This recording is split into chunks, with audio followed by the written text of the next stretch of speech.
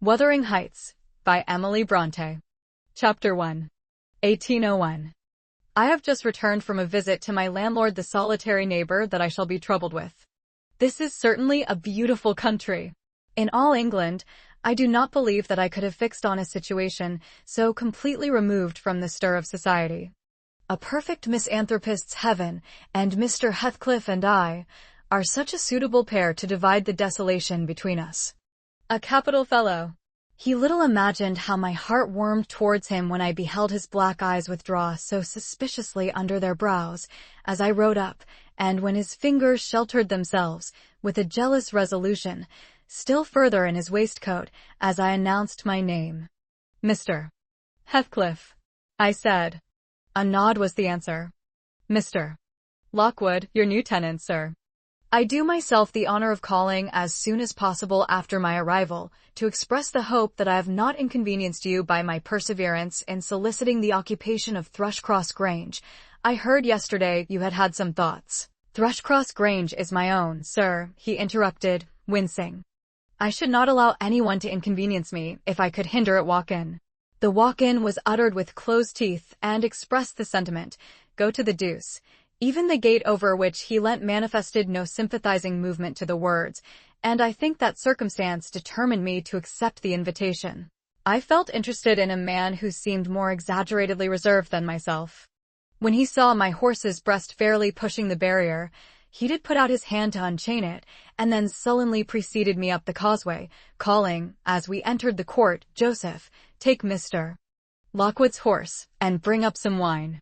"Here we have the whole establishment of domestics, I suppose," was the reflection suggested by this compound order. No wonder the grass grows up between the flags, and cattle are the only hedge-cutters. Joseph was an elderly, nay, an old man, very old, perhaps, though hale and sinewy. "The Lord help us," he soliloquized in an undertone of peevish displeasure, while relieving me of my horse, looking, meantime, in my face so sourly that I charitably conjectured he must have need of divine aid to digest his dinner, and his pious ejaculation had no reference to my unexpected advent. Wuthering Heights is the name of Mr. Heathcliff's dwelling.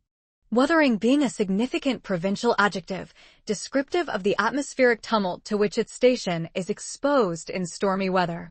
Pure, bracing ventilation they must have up there at all times. Indeed, one may guess the power of the north wind blowing over the edge, by the excessive slant of a few stunted firs at the end of the house, and by a range of gaunt thorns all stretching their limbs one way, as if craving alms of the sun.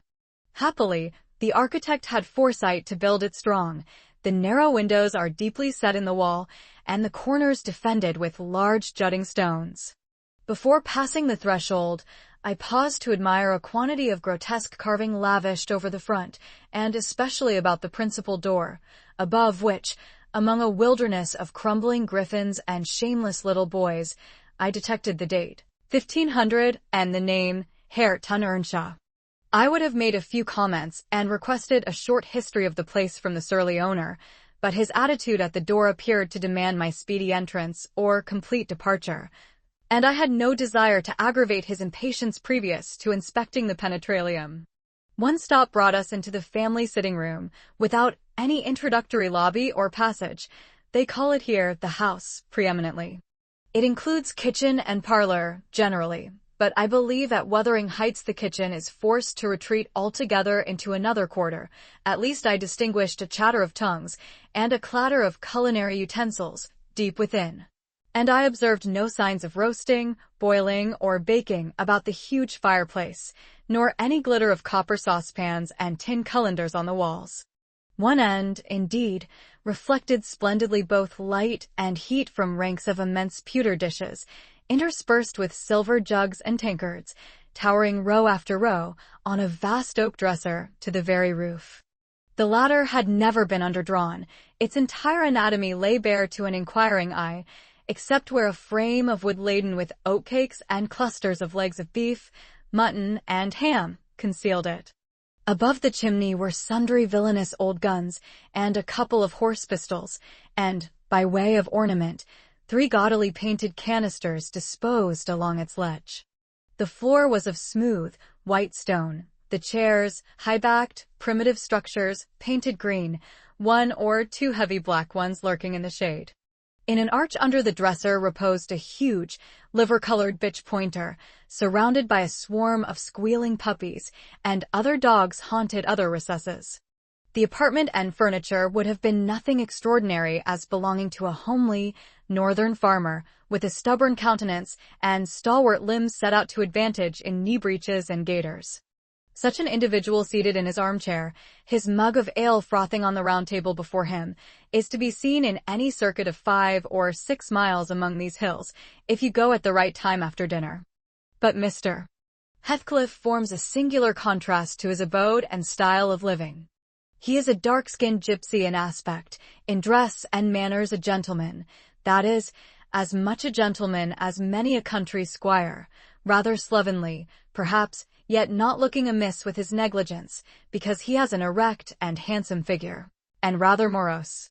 Possibly, some people might suspect him of a degree of underbred pride. I have a sympathetic chord within that tells me it is nothing of the sort.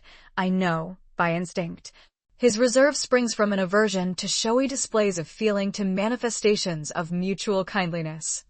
He'll love and hate equally under cover, and esteem it a species of impertinence to be loved or hated again. No, I'm running on too fast. I bestow my own attributes over liberally on him. Heathcliff may have entirely dissimilar reasons for keeping his hand out of the way when he meets a would-be acquaintance, to those which actuate me. Let me hope my constitution is almost peculiar. My dear mother used to say I should never have a comfortable home, and only last summer I proved myself perfectly unworthy of one. While enjoying a month of fine weather at the seacoast, I was thrown into the company of a most fascinating creature, a real goddess in my eyes, as long as she took no notice of me. I never told my love vocally. Still, if looks have language, the merest idiot might have guessed I was over head and ears.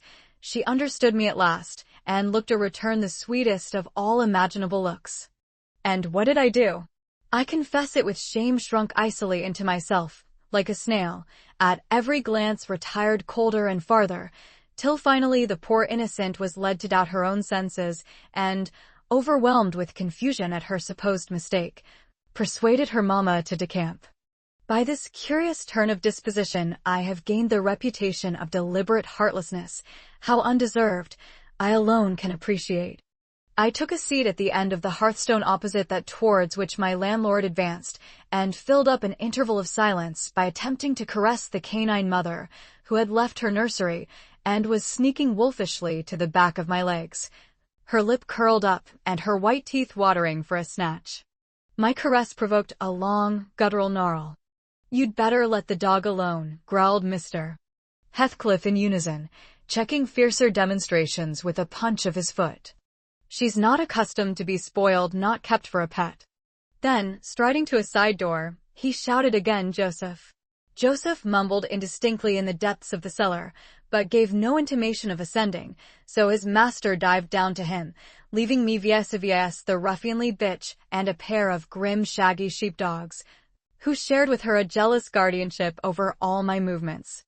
Not anxious to come in contact with their fangs, I sat still, but, imagining they would scarcely understand tacit insults, I unfortunately indulged in winking and making faces at the trio, and some turn of my physiognomy so irritated Madame that she suddenly broke into a fury and leapt on my knees.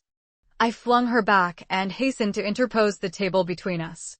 This proceeding aroused the whole hive. Half a dozen four-footed fiends, of various sizes and ages, issued from hidden dens to the common center. I felt my heels and coat laps peculiar subjects of assault, and parrying off the larger combatants as effectually as I could with the poker, I was constrained to demand, aloud, assistance from some of the household in re-establishing peace. Heathcliff and his man climbed the cellar steps with vexatious phlegm. I don't think they moved 1 second faster than usual, though the hearth was an absolute tempest of worrying and yelping. Happily, an inhabitant of the kitchen made more dispatch. A lusty dame, with tucked-up gown, bare arms, and fire-flushed cheeks, rushed into the midst of us flourishing a frying-pan, and used that weapon and her tongue to such purpose that the storm subsided magically, and she only remained, heaving like a sea after a high wind, when her master entered on the scene. "What the devil is the matter?" he asked, eyeing me in a manner that I could ill endure, after this inhospitable treatment. "What the devil, indeed?" I muttered. "The herd of possessed swine could have had no worse spirits in them than those animals of yours, sir. You might as well leave a stranger with a brood of tigers." "They won't meddle with persons who touch nothing," he remarked, putting the bottle before me and restoring the displaced table. "The dogs do right to be vigilant. Take a glass of wine." "No, thank you." "Not bitten, are you?"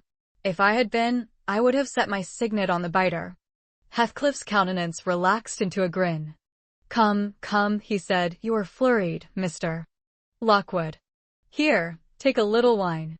Guests are so exceedingly rare in this house that I and my dogs, I am willing to own, hardly know how to receive them." "Your health, sir." I bowed and returned the pledge, beginning to perceive that it would be foolish to sit sulking for the misbehavior of a pack of curs. Besides, I felt loath to yield the fellow further amusement at my expense, since his humor took that turn. He, probably swayed by prudential consideration of the folly of offending a good tenant, relaxed a little in the laconic style of chipping off his pronouns and auxiliary verbs, and introduced what he supposed would be a subject of interest to me, a discourse on the advantages and disadvantages of my present place of retirement. I found him very intelligent on the topics we touched, and, before I went home, I was encouraged so far as to volunteer another visit tomorrow. He evidently wished no repetition of my intrusion. "I shall go, notwithstanding. It is astonishing how sociable I feel myself compared with him."